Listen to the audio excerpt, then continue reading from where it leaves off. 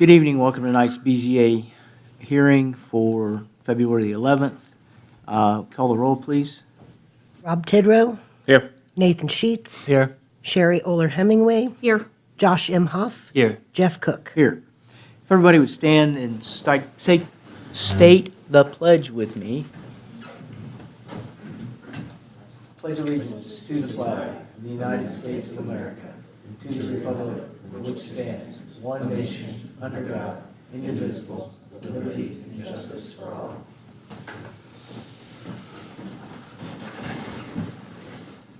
We did receive the minutes for our 1/14/2026 meeting. If there's no additions or corrections, I'll entertain a motion. I'll make a motion to approve the minutes. Second. A motion, a second, to approve the 1/14/2026 meeting minutes. All in favor, say aye. Aye. We have proof of publication. Yes, thank you. We do have a proof of publication. It states the time, date, place, and it does state the items being BZA 6/2026 and BZA 8/2026.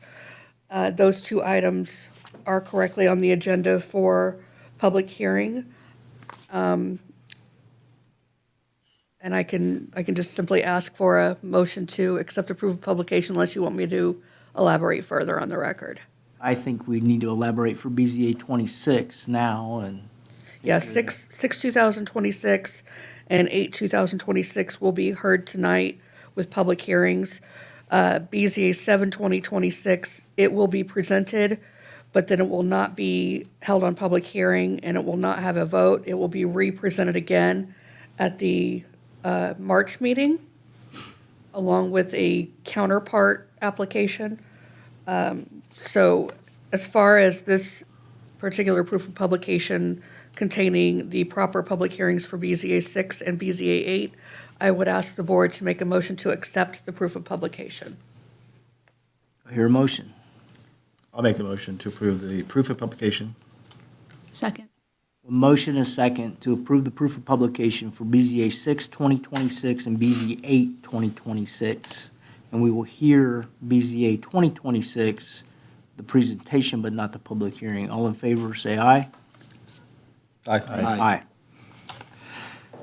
I am going to move to new business, and due to a conflict of interest, I have to recuse myself from BZA 6/2026, so Rob will handle that hearing, and then I'll come back for 7 and 8.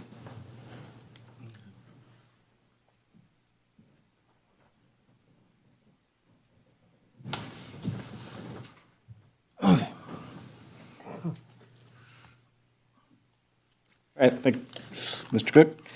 BZA 6/2026, petition of Reed Hospital and Healthcare, owner and Green Sign Company agent, requesting a variance of development standards to allow a 30-foot pole sign with 114 square feet of signage in the General Commercial North Corridor Overlay, GC, District at 2110 Chester Boulevard, Richmond, Indiana. Do we have an agent here or someone to speak on behalf of Reed? If you come to the podium, state your name and address, please. Lauren Obendorf, 1045 East Freeland Road, Greensburg, Indiana. Okay. And then if you could just describe the petition here. My name is Lauren Obendorf. I'm here on behalf of Culvers. Thank you for your time this evening. We're requesting a variance of the development standards to allow for the installation of a 30-foot tall pylon pole sign within the North Corridor District. The proposed sign includes a 64.14 square foot static cabinet and a 50 square foot electric message center for a total sign area of 114.14 square feet. This request is driven by the functional needs of the corridor. The North Corridor is a 4-lane plus 1 center turning lane, 40-mile-per-hour commercial roadway. Due to the vehicle speeds, roadway width, building setbacks, and surrounding development, a shorter or smaller sign would not provide adequate visibility for approaching motorists. Drivers need sufficient reaction time to safely identify the site and make turning decisions. Without the requested height and area, visibility would be limited, which can lead to last-minute lane changes or missed entrances. The The proposed dimensions are proportional to the scale of the roadway and consistent with the commercial development patterns in similar corridor environments. The proposed sign will be professionally designed, constructed with high-quality materials. It will not alter the character of the district, impair adjacent properties, or negatively impact public safety. This request supports clear identification, traffic safety, and continued investment in the North Corridor. For those reasons, we respectfully request approval of the variance to allow the 30-foot height and 114.14 square feet of total sign area. Thank you. Any questions from committee?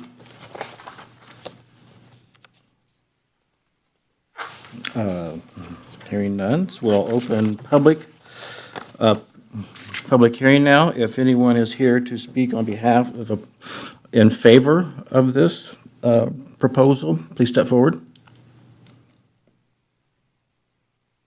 Seeing anyone would like to speak against it, please step forward. I see none, so I'm going to close public hearing. I'm going to ask for the staff report, please. The petition of Reed Hospital and Healthcare, owner Bob Goins, agent, location 2110 Chester Boulevard, variance of development standards to allow a 30-foot pole sign with a signage area of 114.14 square feet in the general commercial district, also known as the North Corridor Overlay.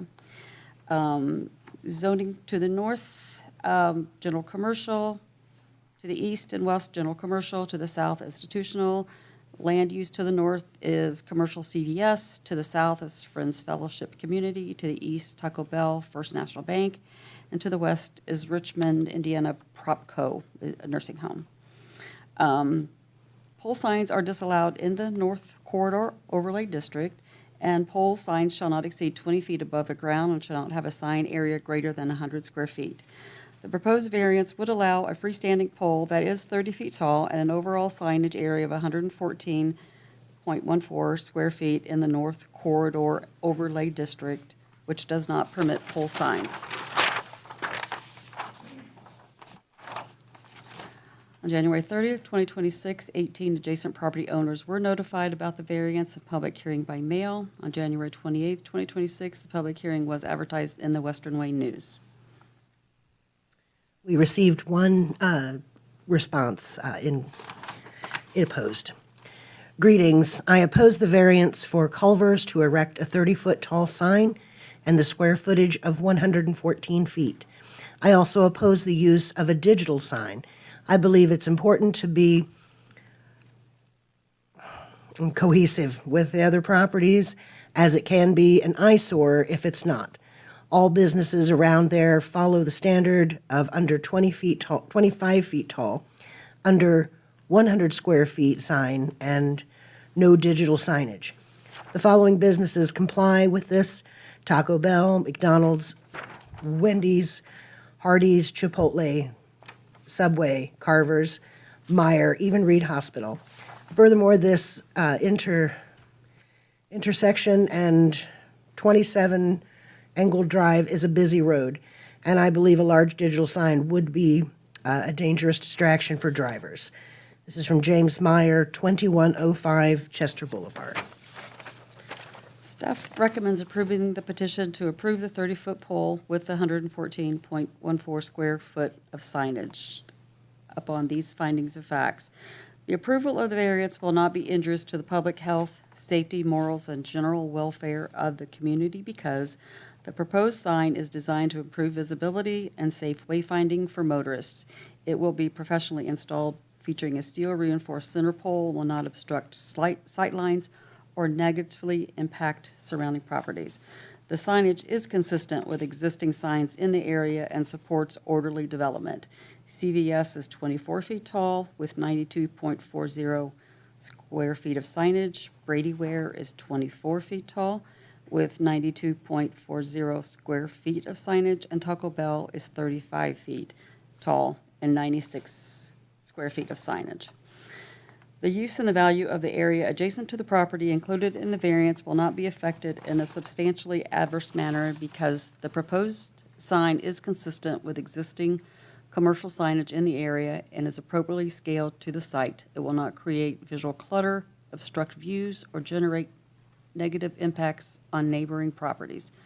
The strict application of the terms of the ordinance will result in practical difficulties in the use of the property because, due to the property's distance from the public right-of-way and surrounding commercial development, a sign limited to the permitted ground sign standards would not provide reasonable visibility or site identification for a permitted general commercial use.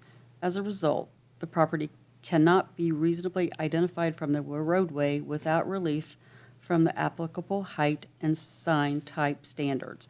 The requested variance to allow a 30-foot freestanding pole sign with 114 square feet of sign area represents the minimum relief necessary to address the practical difficulty and is not the result of a self-created condition. I'm happy to answer any questions. Any questions? from the Commission? I have a question. When does this sign, when do you plan to do this sign, erect it?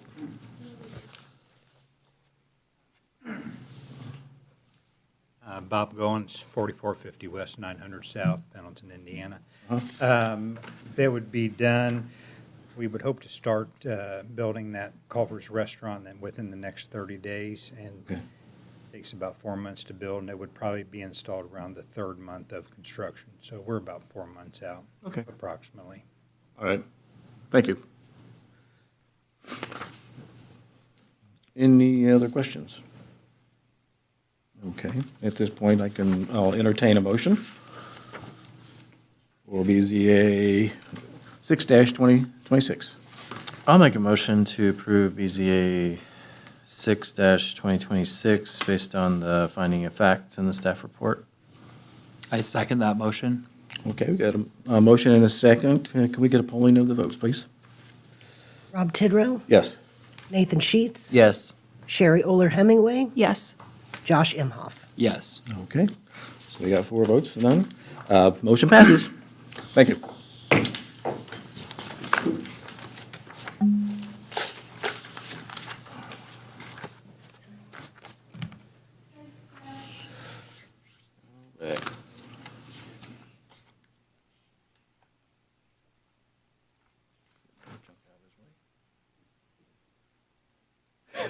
Did you call for him? Yeah.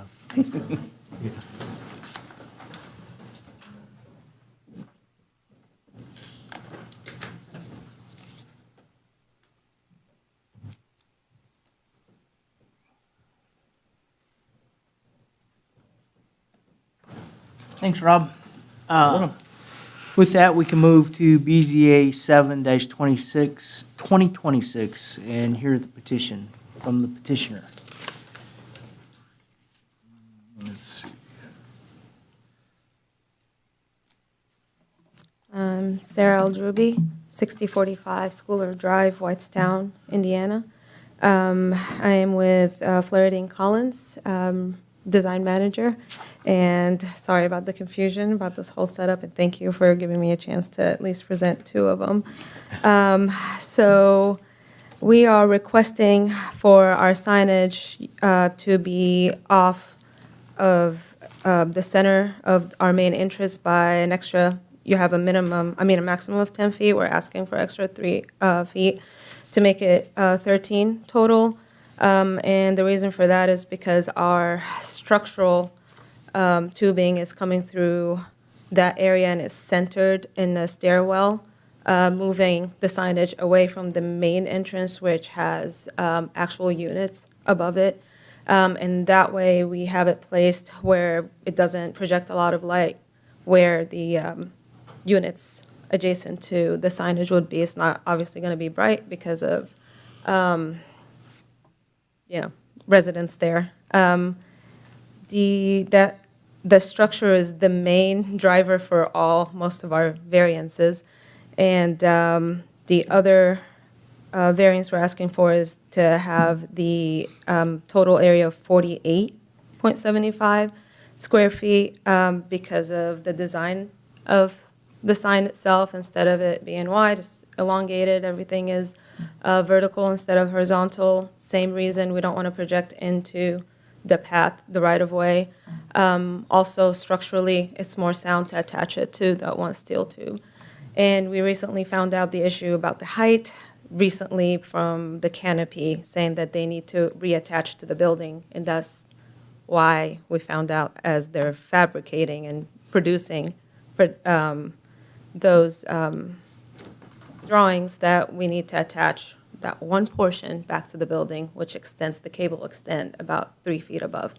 So next month, since we're already talking about all three of them, if that's okay, to add, instead of 13, the minimum of 13, our signage will start at 17 instead. And we're under construction. I'm sure everyone is inconvenienced by the one-lane situation downtown. So, and I know we can't make any decisions or hear anything, but that's all I have. Thank you. All right. So I'll just repeat that since this is going to be held next month, if there's anybody in the audience wishing to speak on this particular application, that will be continued until next month. Thank you, Kim. With that, we'll move to BZA 8, 2026, petition of Rock Solid Ministries. Dave Eels.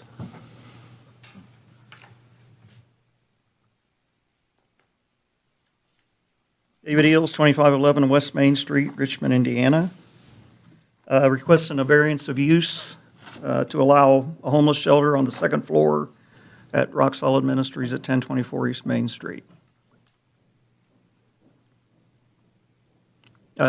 This homeless shelter would be primarily for men that want to get out of the homeless lifestyle and want to get into a productive lifestyle where they can have a place of their own and have a steady flow of income. We've noticed, we are open during the week downstairs, and we've seen a lot of men come in that don't really have, they don't have addiction issues per se. They don't have anything else except that they've just fallen on hard times, and they have a hard time finding a place to start. They don't know where to start to get their life rebuilt. And we have opened the Refuge of Hope was in 2020, 6 years ago.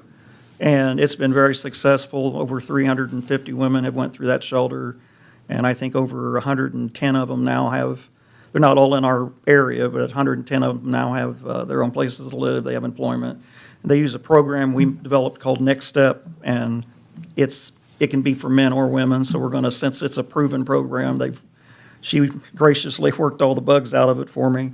I'll use the same program, Next Step, and it basically starts at ground zero, which is identification, and just tries to rebuild bridges that maybe the person has burnt in the past and moves them forward and helps them look for work, find work, and then saves money as they are getting paid, saves their money for them so that when they leave the program, they'll have enough money to, this is how a refuge works. And it's, Hal Belcher House, that's the name of it, by the way, is Belcher House. Till they save enough money to have enough to put if there's a damage deposit required or a first month's rent down to get into their apartment, and also have enough cash left over to pay the first month's bills. That's when we'll help move them out. So that's the plan. We anticipate the program probably not lasting more than a year for any one individual, but it'll also be a homeless shelter just for men who are homeless. I know Hope House is about a block and a half away. They have a limited amount of seating, or not seating, but a limited amount of beds, and we would not require a picture ID for the person to come in. If they came into our program, they would have to get one, and nor would we require them to have a picture ID from Wayne County to come in.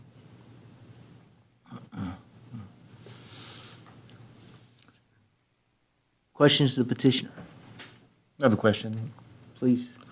a comment. I think what you do there is great, so keep up the good work. Thank you. And how many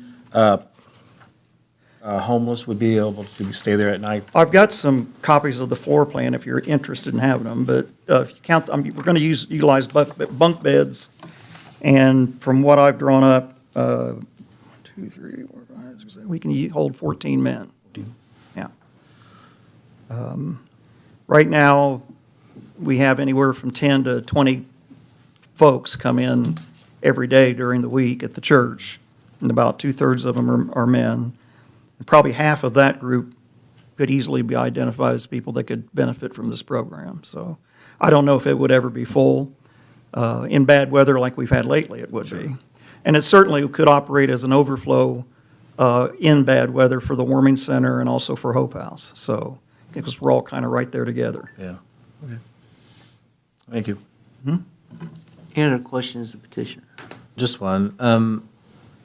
Dave, how many shelter beds are there available? You mentioned Hope House, but how many shelter beds are there available in Richmond or Wayne County that you know of? Oh, Lord. Not sure how many Hope House has. I've heard anything from 10 to 12, 13. Refuge of Hope next door, we have 16 beds. But we have a lot of open space, and we have bunk beds, so, or not bunk beds, but cots, nice cots that we can open up. So it's, Refuge of Hope also operates as an emergency shelter for folks that are, burnt out of their house or flooded out of their house or whatever. Or if they have substandard heating or air conditioning, a woman can come there, bring her children with her, and stay there. So we would function the same way. We would be kind of a emergency shelter also. So I would say within the city limits, it's the only two shelters I know of is Hope House and Refuge, probably less than 40 beds. Thank you. Any other questions? I have another one, General. What's the age? Like minimum 18 and age? up. 18 and up. Okay. Thank you.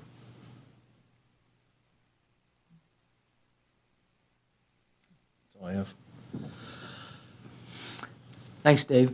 Yes. With that, we'll open public hearing. If anybody wishes to speak for this petition or against, please come to the podium, state your name and address for the record.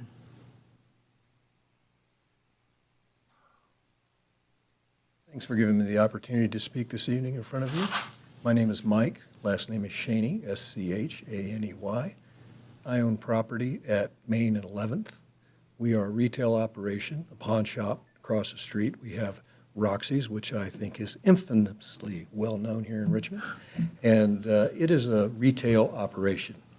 One of the problems that we have in a retail operation is we're in direct competition with other people that are also vying for the same dollar. People have the opportunity to go spend their money wherever they want. And in 2020, when I purchased these properties and started improving the properties and making the properties look nice and cleaning things up, my wife and I had a vision of Richmond was up and coming, the street was open, things were happening. We've had all this infrastructure work, and unfortunately, because of all the infrastructure work, it has choked off a lot of the people that are coming from outside the area. With the infrastructure being cut off, we saw our business drop over the last 5 years. It's dropped almost 50%. People just don't want to come downtown, and that's one problem by itself. The other problem is, as with Rock Solid, and I was part of the group that tried to keep them from doing what they're doing now with the homeless shelter that's there. It changes what happens when people get out of their car and they see what they see when we have people that are behaving badly and there's no recourse to be able to do anything about it. It's a draw into a retail business area that turns people off. And I have personally had to go out and walk people to their car because they're afraid because of the actions of the things that are happening outside. People throwing things, yelling, screaming, cursing. It goes on. I'm there all the time. My employees have also had to deal with combative people that come in. We never had this problem before. I shouldn't say never. It was on a much, much lower level. But now it's like a magnet. The trustee's office has just moved in next door, and we're seeing a little bit different crowd that's coming in from that. It hasn't been terrible since they've been there. I was a little bit leery of that in the beginning. But in this commercial residential area where we have retail and we have people living there, this element that comes in, and these are the ragged people, and I have great empathy for people that need help, but not in a business district. It turns people off. They're going to go someplace else. And like I say, we've seen the decline in business. We've had problems. We take care of a lot of things ourselves instead of calling the police, and maybe that's a mistake. Maybe what we should start doing is every time we have a problem, we should get the police involved so that we could get enough reports to be able to show that this is becoming more and more negative as we go along. We already have needle exchanges, we have all this stuff going on around us, and it's sort of a out of sight, out of mind thing when it comes to retail, for the same reasons that you wouldn't want to do this in a shopping center or a mall. You don't want to do that in a business district where we have restaurants, we have, retail sales. In the wintertime, when it's cold and people can't get inside, they want to hang out in the businesses. In the summer, when it's hot, they want to come into the businesses. And they don't go very far. They also have friends. Friends come in, it becomes more and more of a problem. I lost a $1,000 plate glass window because somebody decided to put a brick in a backpack and smash the window. And when Officer Stevens showed up and I showed him the video, he goes, "Oh, that's so-and-so. He's the homeless guy, blah, blah, blah, blah. Yeah, we could go arrest him, but they're just going to turn him loose. He has no means to pay." Well, I pay my insurance, and I have a high deductible, so I had to pay that $1,000. Nobody else had to pay it. I had to pay it. It wouldn't have happened had he not been there. We're bringing an element into the area, and there's enough there now. We don't want to add to it, and we don't want to add an additional draw. I think it's wonderful that people are able to go through the program, move on with their lives, but this is not the area to be doing it in. And with that, I wish you would just take that into consideration. I want to see Richmond thrive. I want to see Richmond thrive for everyone. But in a retail area, we've got this new housing development that's going in over here where the Elder Beerman used to be. I want people to be able to walk down from where I'm at to where I'm at, to shop in my stores, to go to the dance studio that's next door, take their little girls. These things all become a problem when we bring in an element that is not controlled. And yes, when they're inside, they're very controlled. But once they go outside and they don't travel far, it becomes a problem for us as retailers. Thank you very much. Is there anyone else wishing to speak?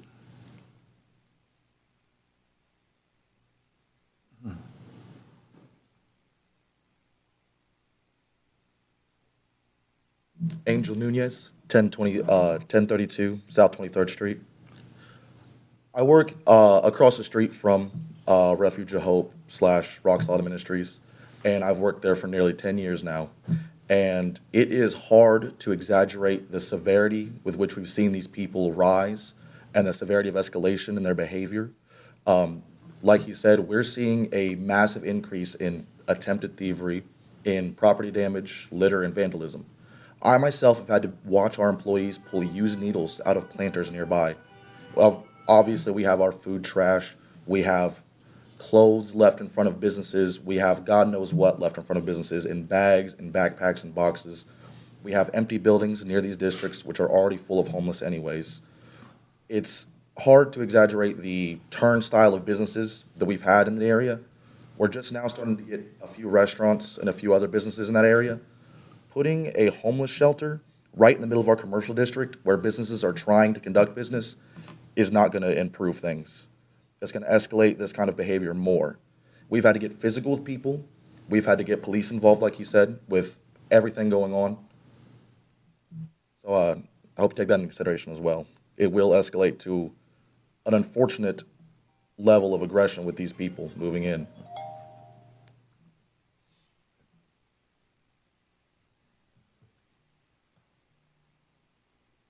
Is there anyone else wishing to speak? Please come up and state your name and address for the record, please.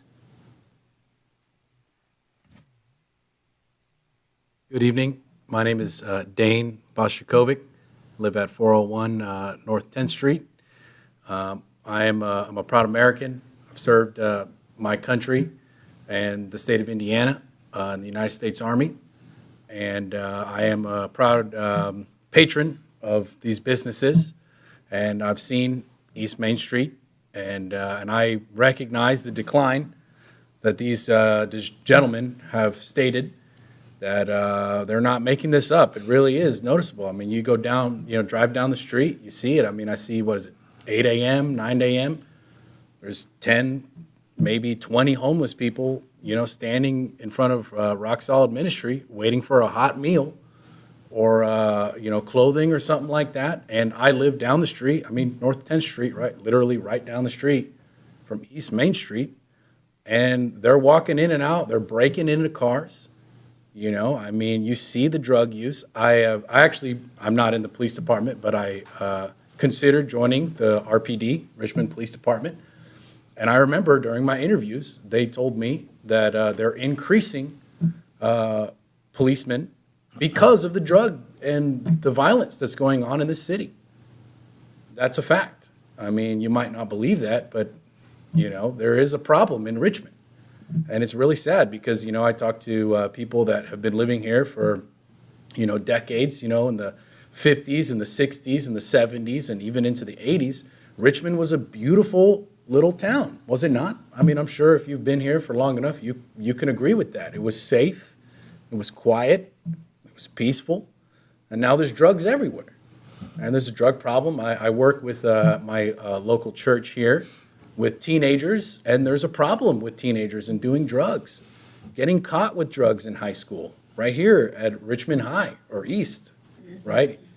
And, I think it's only going to get worse if you allow this church, Rock Solid Ministries, to do what they want to do. It's only going to bring in more. We're all human beings here, right? People talk. You don't think that one person's going to talk to another and say, hey, man, I'm able to get a bed over here and a hot meal and be able to, do this and that. And then now it's going to incentivize more drug addicts and homeless to come from different areas into here. You can see that in California. You can see that in New York City. You can see that in Michigan. You can see that all over the country. And it's only going to get worse, I believe. And I thought it was right for me to at least voice my opinion as a resident of this city, at least be heard, that I think it would be a grave mistake if you allow this church to do what they want to do. So, thank you. Thank you. That's it. Thank you. Thank you. Anyone else wish to speak? Hearing and seeing none, we'll close public hearing. Here's staff report. Thank you. The petition of Rock Solid Ministries, owner David Eels, also agent, location 1024 East Main Street, requesting a variance of use to allow a rescue station homeless shelter for the men on the second floor in the general commercial district. The zoning in all directions, north, south, east, west, is general commercial. The land use to the north is a warehouse. To the south is a vacant building. To the east, it's vacant building, the Maranaka Shoe Store previously. And to the west is the dance studio. The proposed use of a homeless shelter is not permitted in the general commercial zoning district. The proposed variance would allow a rescue station / homeless shelter for men in the general commercial zoning district.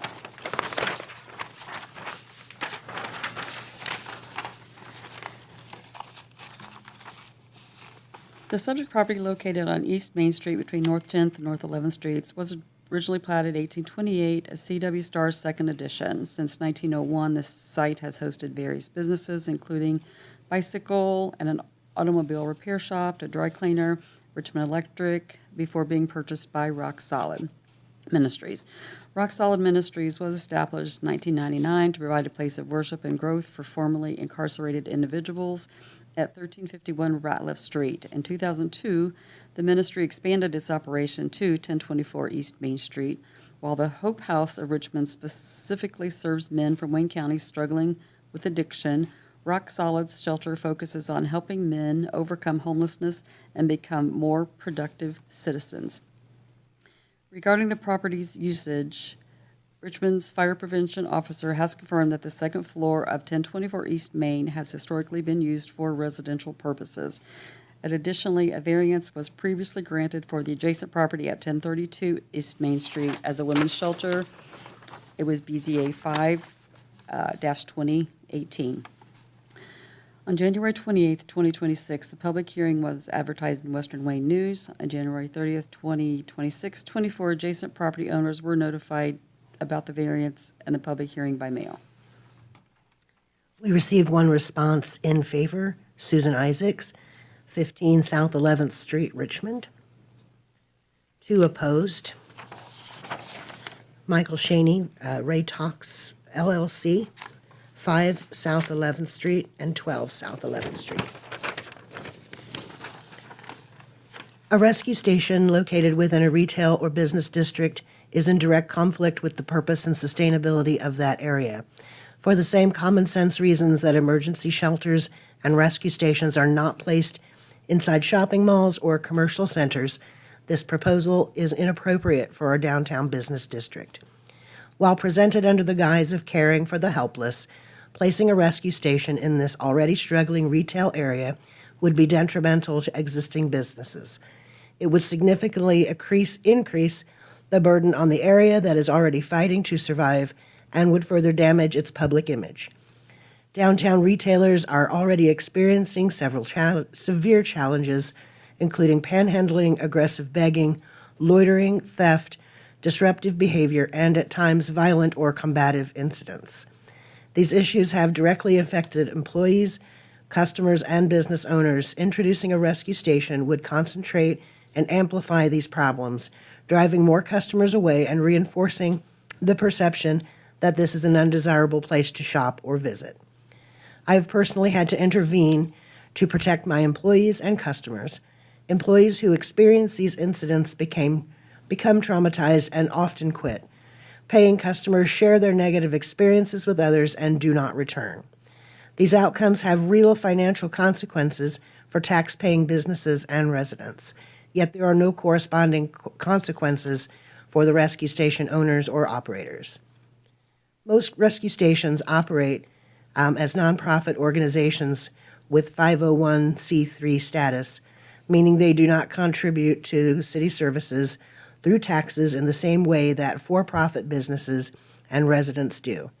However, their presence significantly increases demand on police, fire, ambulance, and other city services funded by the very businesses and residents whose livelihoods are being harmed. This proposal would add further strain to city resources while accelerating the decline of existing businesses, employment opportunities, and community safety. The long-term impact would be damaging not only to retailers, but also to employees, customers, residents, and the overall vitality of the downtown area. For these reasons and many others, I am firmly opposed to this petition. Excuse me. Opposed, William Medico Gaspar, concerned resident. It has been a few years since Rock Solid Ministries moved in on Main Street, and since their arrival here, we have seen a massive increase in crime, litter, property damage, and general vagrancy. You'd be hard-pressed to walk down Main Street between 9th and 15th without being harassed for money, asked to buy something, or see someone using drugs on the side of the road. This was a slowly rising trend a few years ago, but has recently skyrocketed in instance. While the idea of a shelter warming station or a needle exchange seems like a straightforward and sensible idea, the reality is that it attracts malcontent criminals as much as it does down on their luck families. Putting these kinds of facilities in the heart of our commercial district has already been proven to be a terrible idea. They mean well, but the harsh reality of the majority of people we, as residents of this neighborhood, see is that drug addicts, drug peddlers, mentally unstable people flock to these areas and set up camp both literally and figuratively. Citizens of Richmond see the almost humorous arrests of these individuals daily on Facebook pages and busted newspapers. It's not as humorous when it's your customers asking you to escort them to their cars, asking if they can remotely pay to avoid these people, or altogether avoiding your business because of the constant antagonization from these individuals, not to mention the constant vandalism and litter. I myself have had to pull used syringes, food waste, clothes, etc. out of our planters, windows, and ashtray. These are within reach and view of customers and their children even. I do commend the idea of their philanthropy, admittedly, giving food and shelter, giving food and clothing to help those in need is admirable, but having an unchecked, unmanaged free-for-all on Main Street is not how to do it. There are ways to control, manage, and be more efficient in getting decent folks help. There are several other food pantries, churches, and organizations that don't cause their neighborhoods to become slums. I urge Rock Solid Ministries to look to those and follow their example and their choices of location.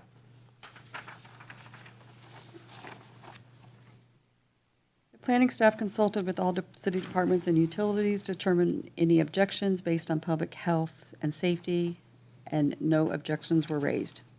Staff recommends approving the petition to allow a rescue homeless shelter for men in the general commercial zoning district upon these findings of facts. The approval of the variance will not be injurious to the public health, safety, morals, and general welfare of the community because the property has historically been used for residential purposes. The proposed homeless shelter represents an extension of this residential use combined with a by right institutional use as a community center. The facility will be named Belcher House. Please note that it will provide services to men from any location rather than being restricted to residents of Wayne County. Number 2, the use and the value of the area adjacent to the property included in the variance will not be affected in a substantially adverse manner because the second floor has been vacant for years and will be renovated and improved in such a way that adjacent property values will not be negatively impacted. Number 3, the need for the variance does arise from some condition peculiar to the property involved because homeless shelter is not defined by the UDO. This property has had residential use that lost their legal nonconformance.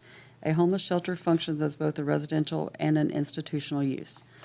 Number 4, the strict application of the terms of the ordinance will constitute an unnecessary hardship if applied to the property because having once had residential uses and still having intact apartments, this facility is unable to pair residential uses such as temporary/transitional housing and homeless shelter with their permitted institutional uses.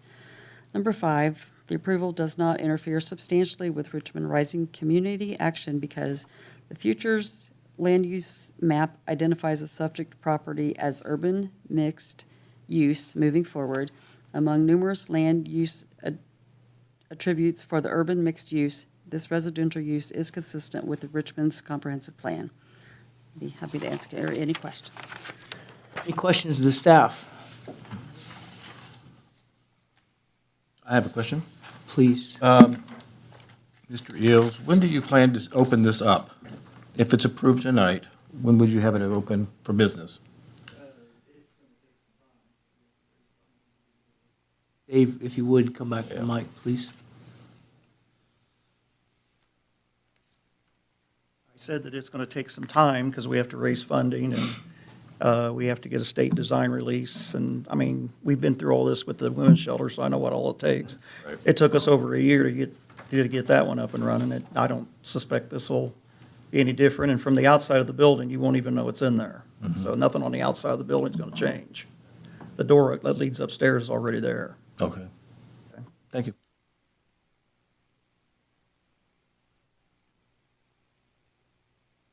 I have a couple of questions to staff. How is it determined that if this variance is approved, it would not substantially affect adjacent properties? Because it was going to be on the second floor in a residential area that was used as residential before. Just based on the residential use before? So, number 5, it does not interfere substantially with Richmond Rising. The future plan identifies as mixed use, urban mixed use, which my understanding of that definition of urban mixed use is both commercial, residential, homeowners, rentals as well, correct? Well, I applaud Mr. Yield's work with this community, this part of our community. I also hear what the business areas or business leaders in the area are saying as well. And I'm struggling with both sides of this personally.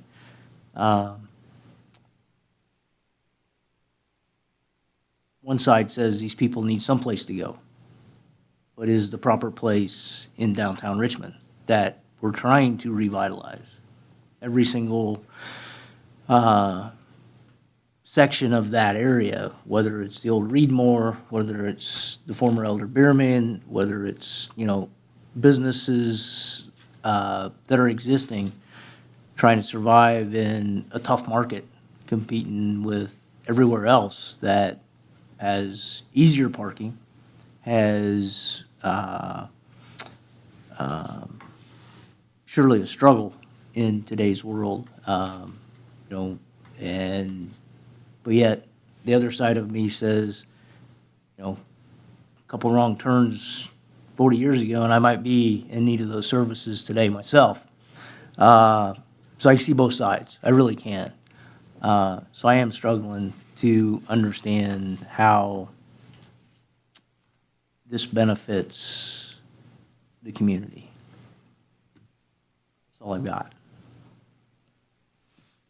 Any other questions to staff? Not as much a question as a comment, but the Richmond Comprehensive Plan, I could be wrong, but I wondered within the context of urban mixed use does include nonprofit organizations, and like the definition of businesses is pretty broad as it relates to the mixed use, I think, unless I could be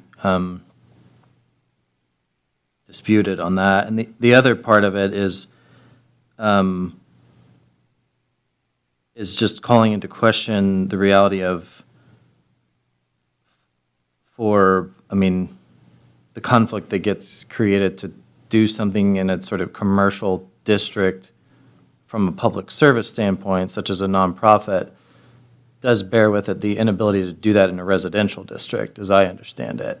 And so I too, I feel the conflict, and I also simultaneously understand it's complex, especially with this particular issue. But I just wanted to highlight that I wonder about the reality of organizations that do work such as this. Isn't it so that they traditionally are in business districts? I don't know if that's a question anyone can answer, but. I don't know that answer. Is Reed a nonprofit? Absolutely. And they have medical, facilities all around. And they have people that are sick going in there, and dying, sometimes coming out positive, negative results. But They're a nonprofit too. So I don't know if that answers your question. Yeah, I don't know, I'm just trying Yeah, to, but- I thought, yeah. Right. Good question. I have a question, if I may. Please. So what type of step, and I hear both sides, and I'm on the conflict train with them. What steps are currently being taken to try to prevent the complaints that they're having and the issues that they're having? What do we do? What can we do to make everybody happy? Is that possible? No. I mean, I heard also what was being said, and we have had to call the police on people. And yes, there are people coming in that are probably criminal. But we don't stop people at the door and ask them if they are. And if they're hungry, we're going to feed them. So once they get outside the door, if there's something that starts outside, we have always called the police. But those things do not happen inside the building. If they escalate, we escort the person outside or call the police. So as far as the condition, there's never trash out in front of our church. We always pick it up after the meal or out back. We've improved the property that we're in from being a $75,000 building to a $220,000 building. We don't try, and the same thing goes with the shelter. We try to keep our properties looking nice, and we're not attracting, this is the same thing I heard with the women's shelter. We're not attracting people in. We're taking them off the street and trying to help them so that when they leave, they're not back in that same place where they were. I would say most of the people that I'm talking about are not the people that they're talking about. So it's not the drug addicts. In fact, if a person has a drug addiction or alcohol addiction, they're not going to be in our program. They will go somewhere else. So there will be no active drug users or alcohol users in Belcher House. We'll find another place for them to get treatment. So most of the people that would be there would be people that are just, like I said earlier, down on their luck. They can't find a place to stay. It's upstairs. It's in the back of, kind of the back of our building. Nothing on the outside of the building will check. You won't even know they're up there. And yes, they stay there during the day if they're in the program. If they're not, they get turned loose. And where they go after they leave our church, I can't control that, and nobody can. Nobody can expect me to control that. So I'm trying to improve their lives, and I feel by improving their lives, it improves the community. And if folks can't see that, then I don't know what to tell them. I hear the complaints they say that I cause, the problems I cause. I've never heard that from anybody else. Okay, and I hear people laughing and chuckling in the background when you folks are talking, and that's uncalled for because they've never been in my church. They've never asked me what I do. They've never seen what I do. Okay, so that should stop. This is not a place for that. And if you say no, you say no. I'll move on. If you say yes, I'll move on. But I guarantee you that if I move on, it'll be a program that does not cause problems, but seeks to try to solve them. Has there been any coordination with RPD to try to increase patrols, to Yes. decrease the activity? Aaron out? Stevens in particular, yes. I meet with him regularly.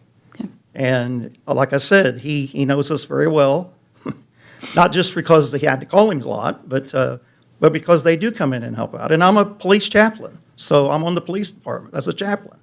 So I know what they do. I understand what they do. And a lot of them are friends of mine. And like I said, anytime anything happens down there, we always try to de-escalate it before it gets outside the building. Yes, there's probably lots of things happening outside that building on that block after hours or when we're not there, even maybe when we are there that we don't know about. But I have cameras out back. I have cameras out front. I try to keep an eye on everything. I do the best I can. We've been down here 27 years, and I've never heard any of these complaints until tonight. Any other questions? I don't have any. Thank you. Thank you. Any other questions to the staff? If not, we will entertain a motion. I'll make a motion to approve BZA 8-2026 based on staff report, finding the facts. I'll second. A motion and a second to approve BZA 8-2026 based on the staff report and findings of facts. Call the roll, please. Rob Tidrow, Aye. Nathan Sheets, Aye. Sherry Oler Hemingway, Aye. Josh Imhoff, No. Jeff Cook. No. Petition does pass 3-2. Good luck to you, Mr. Hills.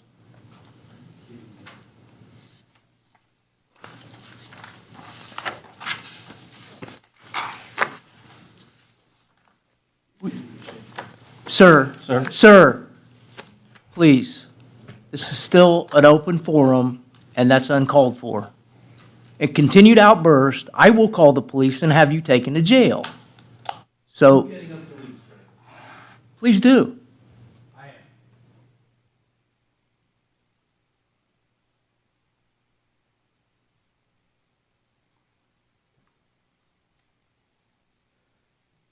We do have a couple of petitions for next month. March the 11th will be our hearing. We did have the filing deadline on February the 11th, and As of now, we just have one, which would be the 6 Main that comes back. it'll actually be two, right? So it'll be BZA 7 and, or are you going to combine 7 with the height?